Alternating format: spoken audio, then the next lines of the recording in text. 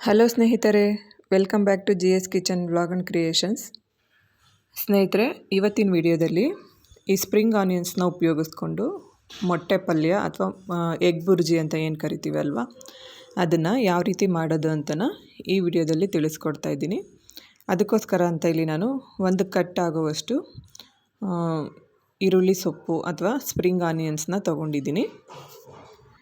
ಇದನ್ನು ನೀಟಾಗಿ ನೋಡಿ ಸಿಪ್ಪೆ ಎಲ್ಲ ತೆಗೆದುಬಿಟ್ಟು ಒಣಗಿರೋ ಅಂಥದ್ದನ್ನೆಲ್ಲ ಆಚೆ ತೆಗೆದು ನೀಟಾಗಿ ಸೋಸಿ ತೊಗೋಬೇಕಾಗತ್ತೆ. ಹಾಗೆಯೇ ಉಪ್ಪು ನೀರಲ್ಲಿ ಅದ್ದಿ ಇಡಬೇಕು. ಈ ಒಂದು ಸ್ಪ್ರಿಂಗ್ ಆನಿಯನ್ಸ್ಗೆ ಹುಳು ಹತ್ತಬಾರ್ದು ಅಂತಂದು ಹೇಳ್ಬಿಟ್ಟು ತುಂಬ ಔಷಧಿನ ಹೊಡಿತಾರೆ. ಹಾಗಾಗಿ ಯಾವುದೇ ಕಾರಣಕ್ಕೂ ಉಪ್ಪು ನೀರೆಲ್ಲ ಹಾಕದಿರ ಸ್ಪ್ರಿಂಗ್ ಆನಿಯನ್ಸ್ನ ಉಪಯೋಗಿಸೋದಕ್ಕೆ ಹೋಗಬೇಡಿ. ಹಾಗೆ ಇದನ್ನು ಕಟ್ ಮಾಡ್ಕೋಬೇಕಾದ್ರೆ ಈ ಆನಿಯನ್ ಭಾಗ ಏನು ಕಾಣಿಸ್ತಾ ಇದೆ ಅಲ್ವಾ, ಅದನ್ನು ಸಪ್ರೇಟಾಗಿ ಕಟ್ ಮಾಡ್ಕೋಬೇಕು.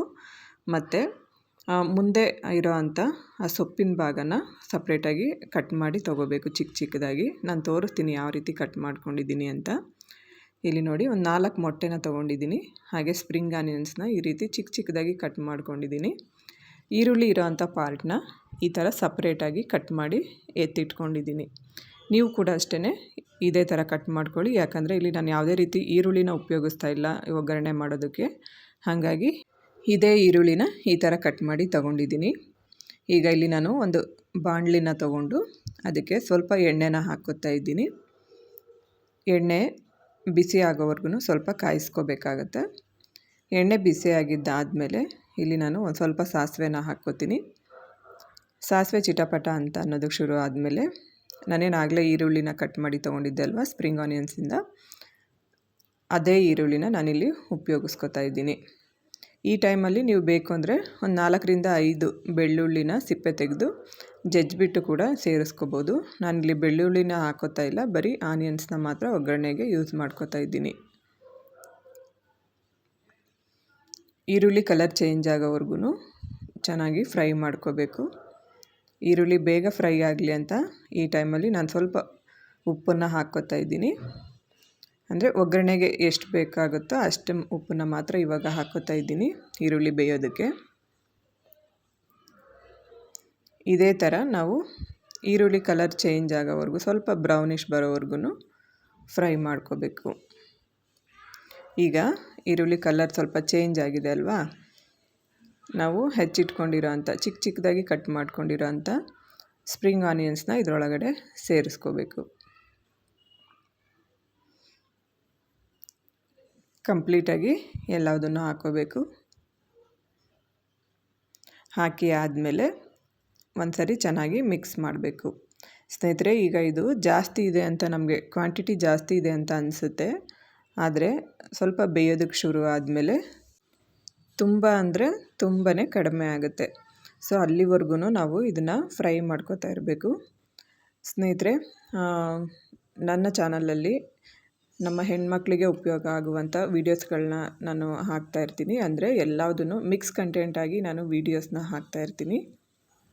ಕ್ರೋಶ ಕುಚ್ಚಿರ್ಬೋದು ಅಥವಾ ಬೇಬಿ ಕುಚ್ಚಿರ್ಬೋದು, ಅಡುಗೆಗೆ ಸಂಬಂಧಪಟ್ಟಿದ್ದಿರ್ಬೋದು, ಮತ್ತು ಅಡುಗೆ ಮನೆ ಟಿಪ್ಸ್ಗಳಿರ್ಬೋದು, ಹಾಗೆಯೇ ಬ್ಲೌಸ್ ಸ್ಟಿಚಿಂಗ್ ಯಾವ ರೀತಿ ಮಾಡೋದು ಅಂತ, ಹೀಗೆ ತುಂಬ ನಮ್ಮ ಹೆಣ್ಮಕ್ಳಿಗೆ ಉಪಯೋಗ ಆಗುವಂಥ ವೀಡಿಯೋಸ್ಗಳನ್ನ ನಾನು ಅಪ್ಲೋಡ್ ಮಾಡ್ತಾಯಿರ್ತೀನಿ.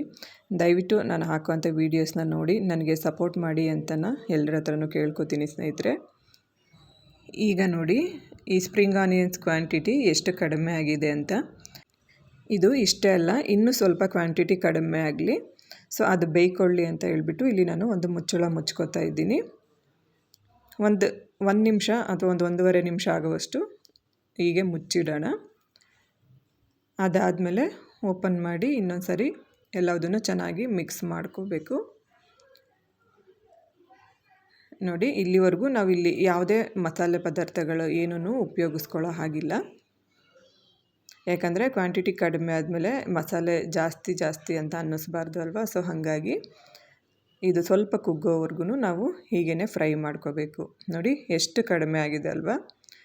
ಈ ಟೈಮಲ್ಲಿ ನಾನು ಇದಕ್ಕೆ ಬೇಕಾಗಿರುವಂಥ ಮಸಾಲೆ ಪದಾರ್ಥಗಳನ್ನ ಹಾಕ್ಕೋತೀನಿ.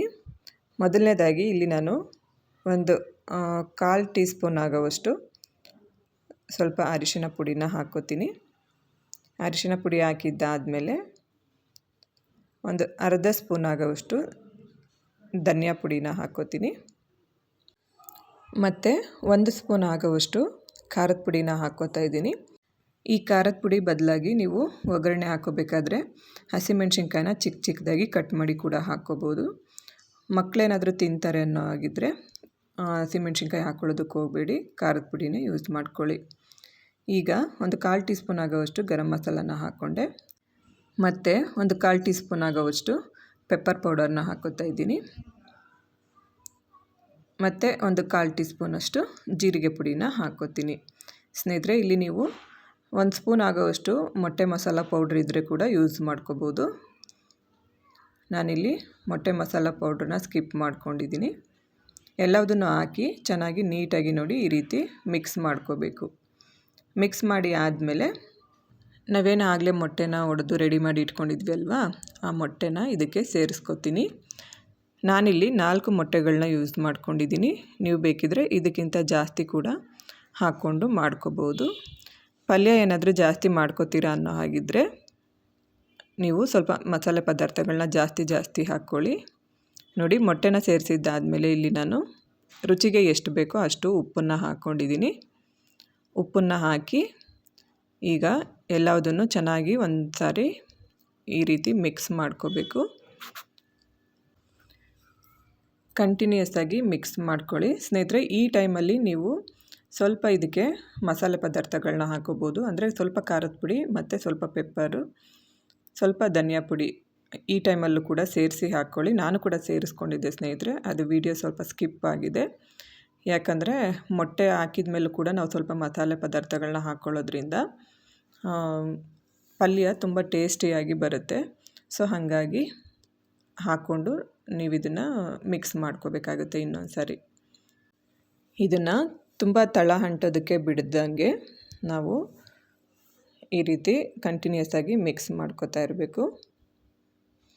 ಸ್ವಲ್ಪ ಅದು ಉದುರುದ್ರಾಗಿ ಗಟ್ಟಿಯಾಗುತ್ತೆ ಸ್ನೇಹಿತರೆ, ಅಲ್ಲಿವರೆಗೂ ನಾವು ಇದನ್ನು ಮಿಕ್ಸ್ ಮಾಡ್ಕೋತಾ ಇರಬೇಕು.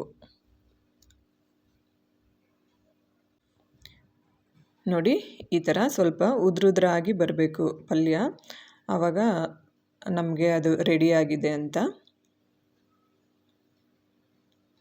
ಹೀಗೇ ಒಂದು ನಿಮಿಷ ನಾವು ಇದನ್ನು ಫ್ರೈ ಮಾಡಿಕೊಂಡ್ರೆ ಸಾಕು ಸ್ನೇಹಿತರೆ, ಆಲ್ಮೋಸ್ಟ್ ಪಲ್ಯ ರೆಡಿಯಾಗಿರುತ್ತೆ.